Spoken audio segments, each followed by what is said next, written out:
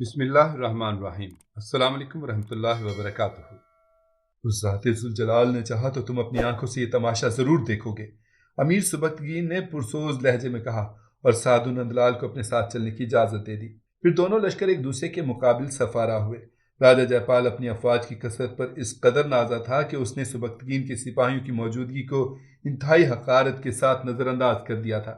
وہ اپنے فوجیوں کے خون کو گرمانے اور ان کا حوصلہ بڑھانے کے لیے بار بار چیخ رہا تھا، اے لازوال اور بے پناہ طاقتوں والی درگا ماں کے پجاریوں، آج جو لوگ تمہارے مقابل ہیں انہیں اچھی طرح پہچان لو اور سمجھ لو کہ محض چند لٹیرے ہیں جو تمہاری عبادت گاہوں پر شب خون مارنے آئے ہیں۔ یہ پہاڑوں میں رہنے والے مفلس و بدحال لوگ اپنی محرومی اور غربت سے تنگ آ چکے ہیں، اس لیے ان کی حریص نظریں تمہارے زرخیز میدانوں اور دولت سے بھرے ہوئے مندروں پر پڑ رہی ہیں۔ یہ تمہارے لہلہاتے ہوئے کھیتوں کی فصلیں کاٹنے اور تمہارے دیوتاؤں کے ہیرے جواہرات سے مرجع مورتیاں چرانے آئے ہیں۔ انہیں تمہاری بے پناہ طاقت کا اندازہ نہیں تھا، اس لیے یہ اندھوں کی طرح دیوتاؤں کی روشن نگری میں داخل ہو گئے ہیں۔ انہیں سپاہی ہرگز نہ سمجھنا اور ان کے ساتھ وہی سلوک کرنا جو تم اپنے کھیتوں میں گھس آنے والے جانوروں کے ساتھ کرتے ہو۔ راجہ جے پال کی اس طویل تقریر کا ایک ایک لفظ وسائل کی طاقت کے نشے میں ڈوبا ہوا تھا۔ امیر سبکتگین نے ایک پہاڑ کی چوٹی پر چڑھ کر راجہ جے پال کے افرادی قوت کا اندازہ کیا۔ وہ انسانی سروں کا ایک سمندر تھا جس کی سرکش موجیں حد نظر تک دیکھی جا سکتی تھی۔ والی غزنی نے فوراً ہی محسوس کر لیا کہ اس کے بعد سردار راجہ جے پال کی کثرت افواج سے کچھ ہراساں نظر آ رہے ہیں۔ طاقت میں تمہارا جوش جہاد زیادہ ہے یا دشمن کے سپاہی؟ امیر سبکتگین نے بڑے جذباتی انداز میں اپنے سپاہیوں کو مخاطب کرتے ہوئے کہا، دنیا کی کوئی شے ہمارے جذبہ جہاد سے زیادہ قوی نہیں۔ جواب میں بیک وقت بے شمار آوازیں ابھریں۔ یاد رکھو کہ موت اللہ کا ایک اٹل قانون ہے جسے کوئی التجا، کوئی دعا اور کوئی نیکی نہیں ٹال سکتی۔ اپنے ذہنوں میں یہ بات تازہ رکھنا کہ جب وقت آیا تو انبیاء کرام جیسی برگزیدہ اور مقدس ہستیاں بھی دنیا سے رخصت ہو کر اپنے رب جلیل کی بارگاہ میں حاضر ہو گئیں۔ پھر ہم گناہ گاروں کی کیا حیثیت ہے؟ اگر تم فولادی تہخانوں میں بھی چھپ جاؤ تو موت تلاش کر لے گی۔ تم اپنے بیوی بچوں اور غم گساروں کے ہجوم میں بھی مر سکتے ہو۔ دنیا کے بہترین طبیب تمہاری نبض دیکھتے رہیں گے اور آب حیات جیسا اثر رکھنے والی دوائیں تمہارے حلق میں ڈالتے رہیں گے، اور قافلہ جاں اس طرح چپ چاپ گزر جائے گا کہ انہیں خبر تک نہ ہوگی۔ پھر کس لیے کثرت اعداء سے ہراساں ہوتے ہو؟ عیسائی فرمانروا ابرہہ بھی تو اپنی کثرت پر نازا تھا، مگر وہ خانہ کعبہ کو مسمار تو کجا، اس کی ایک اینٹ کو بھی نقصان نہیں پہنچا سکا، یہاں تک کہ اپنے سپاہیوں اور ہاتھیوں کی فوج کے ساتھ خود بھی کھایا ہوا بھوسا بن گیا۔ اور آج راجہ جے پال بھی ابرہہ کی مانند ہمارے کعبہ جاں پر حملہ آور ہوا ہے، اور جانے اللہ کی امانت ہیں اور وہی ان کی حفاظت کرنے والا ہے۔ اس مار کا خیر و شر میں اپنے یقین کامل کا ثبوت دو۔ اگر تمہارے دلوں میں کروٹیں لینے والے جذبے سچے ہیں اور تمہارے ذہن وسوسوں کے غبار سے پاک ہیں تو پھر یقین رکھو کہ اس معرکے میں تم ہی غالب رہو گے، اور اگر تمہارے دلوں میں ذرا سی بھی کھوٹ ہے اور ذہنوں میں پراگندگی کی دھول اڑ رہی ہے تو پھر تمہاری ہی اٹھائی ہوئی دیواریں تم پر گر جائیں گی اور تم ساحل عافیت پر پہنچ کر بھی ڈوب جاؤ گے۔ امیر سبکتگین کی مختصر سی تقریر نے مجاہدین اسلام کے جسموں میں نئی روح پھونک دی تھی، اور وہ بآواز بلند اپنے اللہ کی کبریائی بیان کرتے ہوئے کہہ رہے تھے، امیر، اللہ علیم و خبیر ہے اور وہ جانتا ہے کہ ہمارے دلوں میں کیا ہے۔ پھر بھی ہم زبانی طور پر اپنے عہد کی تصدیق کرتے ہوئے کہتے ہیں کہ ہم اہل یقین کی طرح لڑیں گے، خواہ ہمارا انجام کچھ بھی ہو۔ اپنے سپاہیوں کو جہاد کا مفہوم سمجھانے کے بعد امیر سبکتگین پہاڑی سے اتر کر میدان میں اتر آیا اور 500 سواروں کے دستے بنا کر انہیں دشمن پر حملہ کرنے کا حکم دیا۔ ولی عہد غزنی محمود کا فوجی دستہ 1000 سپاہیوں پر مشتمل تھا۔ امیر سبکتگین نے بطور خاص سپہ سالار بلرام سنگھ کو بھی اسی دستے میں شامل کر دیا تھا۔ خلاف توقع یہ جنگ بہت مختصر ثابت ہوئی۔ امیر سبکتگین کی حکمت عملی یہ تھی کہ اس کے فوجی دستے باری باری جنگ کریں، پہلے ایک دستہ میدان کارزار میں جائے، پھر جب وہ تھک جائے تو دوسرا روانہ ہو۔ اس طرح تازہ فوجی کمک کا سلسلہ قائم رہے گا۔ راجہ جے پال اپنی کثرت افواج کے نشے میں غرق تھا، اس سے سبکتگین کی حکمت عملی کو سمجھنے سے قاصر رہا۔ اس کے سپاہی بھی مسلمانوں کی قلت تعداد دیکھ کر بدمست ہو گئے تھے، اس سے کسی نظم و ضبط کے بغیر اندھا دھند جنگ کر رہے تھے اور ان کی جانیں ہی بہت تیزی سے برباد ہو رہی تھیں۔ شروع کے 3 دنوں میں راجہ جے پال کو اپنی تباہیوں کا اندازہ نہیں ہو سکا، پھر آہستہ آہستہ اس کے لشکر میں انتشار پھیلنے لگا۔ جب غزنی کے سپاہیوں نے یہ دیکھا کہ دشمن کے حوصلے پست ہو رہے ہیں اور وہ بدحواس نظر آ رہے ہیں تو مجاہدین اسلام کے تمام فوجی دستوں نے مل کر بھرپور حملہ کر دیا۔ یہ حکمت عملی اس قدر اثر انگیز ثابت ہوئی کہ راجہ جے پال کے سپاہی میدان جنگ سے بھاگ کھڑے ہوئے۔ براہمن حکمران اپنے دیوی دیوتاؤں کے واسطے دے کر پکارتا رہا، مگر انہوں نے اپنے فرمانروا کی ایک نہیں سنی۔ ان کے دل و دماغ پر مسلمانوں کی ہیبت طاری ہو چکی تھی، اس لیے وہ میدان جنگ سے فرار ہو کر کسی گوشہ عافیت کی تلاش میں تھے، مگر مسلمان سپاہیوں نے ان کی تمام راہیں مسدود کر دی تھیں۔ بالآخر راجہ جے پال کے ہزاروں سپاہی تہہ کر دیے گئے۔ براہمن حکمران اپنے لشکر کے قلب میں ایک ہاتھی پر سوار ہو کر الٹی ہوئی بساط کو دوبارہ راستہ کرنے کی کوشش کر رہا تھا کہ یکایک اس پر بلرام سنگھ کی نظر پڑی۔ جے پال کو دیکھتے ہی بلرام سنگھ کو یوں محسوس ہوا کہ اس کی رگوں میں دوڑنے والا خون اچانک جل اٹھا ہے۔ پھر اپنے لہو کی اسی حرارت سے مجبور ہو کر بلرام سنگھ راجہ جے پال پر جھپٹا۔ کمزور اور بے سہارا عورتوں کے قاتل میں آ رہا ہوں، یہ کہہ کر بلرام سنگھ نے اپنے گھوڑے کو ایڑ لگا دی اور راجہ جے پال کی طرف بڑھا۔ براہمن حکمران تک پہنچنا کوئی آسان کام نہیں تھا۔ وہ اپنے سینکڑوں مسلح سپاہیوں کے نرغے میں اس طرح محفوظ تھا جیسے کوئی مسلح شخص اپنے مضبوط گھر کی چار دیواری میں بیٹھا ہو۔ بلرام سنگھ، یہ بدترین عاقبت نااندیشی ہے، محمود چیخ چیخ کر اپنے سپہ سالار کو روکتا رہا۔ یہ تمہیں کیا ہو گیا ہے؟ تم ہلاکت کے حصار کی طرف کیوں جا رہے ہو؟ واپس لوٹ آؤ۔ راجہ جے پال بچ کر نہیں جائے گا، اسے شکست ہو چکی ہے، وہ بہت جلد ایک قیدی کی حیثیت سے تمہارے سامنے پیش کر دیا جائے گا۔ محمود پکارتا رہا، مگر بلرام سنگھ کی سماعت پر ان آوازوں کا کوئی اثر نہیں ہوا۔ ایسے لگتا تھا جیسے راجپوت سپہ سالار بہرا ہو چکا ہے۔ بلرام سنگھ نے راجہ جے پال کے بہت سے محافظوں کو موت کے گھاٹ اتارا اور خود بھی بے شمار زخم کھاتا ہوا براہمن حکمران تک پہنچ گیا۔ اس کے جوش کا یہ عالم تھا کہ اس نے اپنے گرد و پیش میں پھیلے ہوئے تمام خطرات کو نظر انداز کر دیا تھا۔ اسے بس ایک ہی فکر تھی کہ وہ کسی طرح راجہ جے پال پر قابو پا لے۔ بلرام سنگھ کا وفادار گھوڑا راجہ جے پال کے کوہ پیکر ہاتھی کے مقابل تھا۔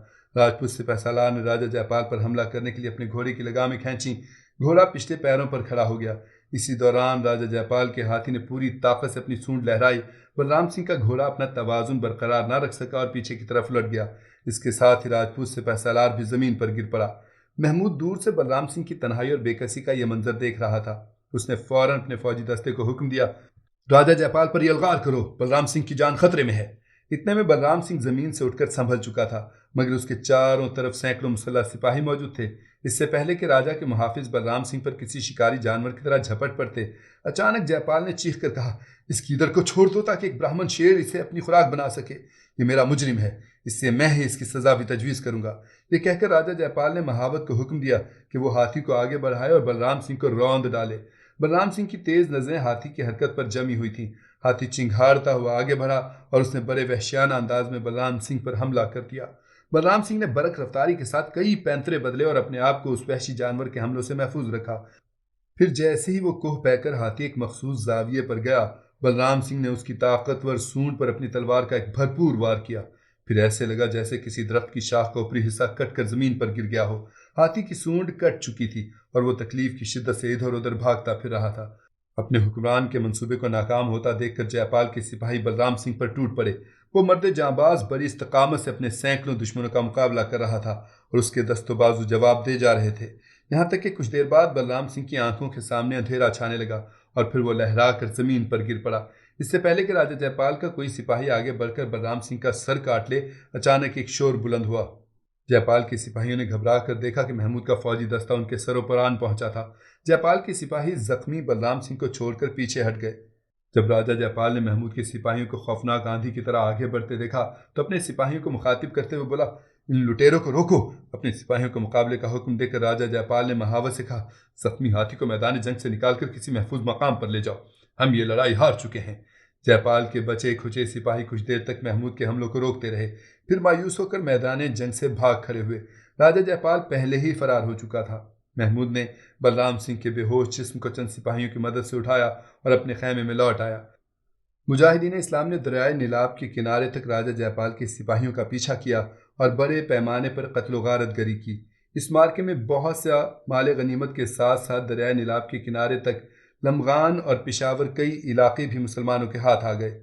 پھر جب موج خون سروں سے گزر گئی اور ہر طرف امن قائم ہو گیا تو ولی عہد غزنی محمود لمغان اور پشاور کے بت خانوں میں داخل ہوا اور ان کے پجاریوں سے مخاطب ہو کر بولا، پتھر کے پجاریوں، تمہیں معلوم ہونا چاہیے کہ تمہارے اقتدار کا سورج غروب ہو چکا اور اب تمہاری قسمت میں رات کی تاریکیوں کے سوا کچھ نہیں۔ اب تم ایک مفتوح قوم ہو، اسے اپنی شکست کا ذائقہ چکھو اور خوش دلی کے ساتھ فاتح وقت کا استقبال کرو۔ اگر اپنی تنگ نظری اور تاریک دماغی کے باعث ہمارے عقائد اختیار نہیں کر سکتے تو پھر زندگی بھر خراج ادا کرتے رہو۔ ہم تمہاری جان و مال اور عزت و آبرو کا تحفظ کریں گے اور تمہیں ہر طرح امن و عافیت کے سائے میں رکھیں گے۔ مندر کے پجاری اپنی اس جاں بخشی پر بہت خوش نظر آ رہے تھے، مگر ان کی تمام خوشی اس وقت کافور ہو گئی جب محمود نے بآواز بلند کہا، تم اپنے دلوں میں بت سجا سکتے ہو، مگر تمہارے صنم خانوں میں آج کے بعد سے کوئی بت نظر نہیں آئے گا۔ اب یہ زمین ایک اللہ کے ماننے والوں کی ملکیت ہے اور وحدانیت پرستوں کی بستی میں کسی پتھر کی مورتی کا وجود ممکن نہیں۔ یہ کہہ کر محمود نے اپنا بھاری گرز اٹھایا اور بتوں کو توڑنے کے لیے آگے بڑھا۔ مندر کے پجاری دیوانہ وار اس کے قدموں سے لپٹ گئے اور رو رو کر التجائیں کرنے لگے، آپ ان بتوں کو نہ توڑیے، یہ ہمارا روحانی سرمایہ ہے، پوری ہندو قوم سے اس کی ساری دولت لے لیجیے مگر دیوتاؤں کا وجود برقرار رہنے دیجیے۔ اس کے بعد مندر کے پجاریوں اور ہندو مہاجنوں نے محمود کے قدموں میں سیم و زر کے انبار لگا دیے، مگر ولی عہد غزنی نے دولت کے اس گراں بہا ذخیرے کی طرف آنکھ اٹھا کر بھی نہ دیکھا۔ پھر بڑی عیاری کے ساتھ پجاریوں نے ایک نئی چال چلی، جواں سال محمود کے سامنے سینکڑوں دیوداسیاں لا کر کھڑی کر دیں۔ پجاریوں کا خیال تھا کہ محمود عہد شباب کے تقاضوں سے مجبور ہو کر ان کی اس کیف آور پیشکش کو قبول کر لیں گے۔ محمود نے غور سے ان مجبور عورتوں کی طرف دیکھا جن کے چہروں پر ہزاروں خون شدہ تمناؤں اور مقتول آرزوؤں کی جاگداز داستانیں تحریر تھیں۔ صدیوں سے برہمنی نظام کی زنجیروں میں جکڑی ہوئی بد نصیب عورتوں، ہم حرص و حوث کے سوداگر نہیں، بیمار انسانیت کے مسیحا ہیں۔ تمہیں خوشخبری ہو کہ تمہاری بدترین غلامی کے دن ختم ہو چکے ہیں۔ آج کے بعد سے تم سب آزاد ہو اور اپنی زندگی کی مالک بھی۔ مذہب کے نام پہ بنائے جانے والے اس مقتل کی چار دیواری سے باہر نکلو اور دیکھو کہ اللہ کی زمین کیسی دلکش اور کتنی کشادہ ہے۔ ہم یہاں سے نکل کر کہاں جائیں گی؟ اس زندان جبر سے باہر ہمارے لیے کوئی پناہ گاہ نہیں ہے۔ تمام دیوداسیاں زار و قطار رو رہی تھیں، آپ ہی ہمیں اپنے ساتھ لے چلیے، خدمت کرنا ہمارا کام ہے، لیکن آپ کی خدمت گزاری دیوتاؤں کی خدمت سے بہرحال بہتر ہوگی۔ مجبور عورتوں کی فریاد سن کر محمود کی آنکھوں میں آنسو آ گئے۔ اگر اتنی وسیع و عریض زمین پر تمہارے لیے کوئی آبرومندانہ پناہ گاہ نہیں تو پھر ہم تمہارے لیے عزت و وقار کا سائبان بن جائیں گے۔ ہمارے اللہ نے ہمیں اس کام کے لیے یہاں بھیجا ہے۔ یہ کہہ کر محمود نے تمام بتوں کو ریزہ ریزہ کر دیا اور پتھر کے مجسموں میں چھپے ہوئے قیمتی ہیرے اور جواہرات ولی عہد غزنی کے قدموں میں بکھرتے رہے۔ یہ محمود کی پہلی رسم بت شکنی تھی۔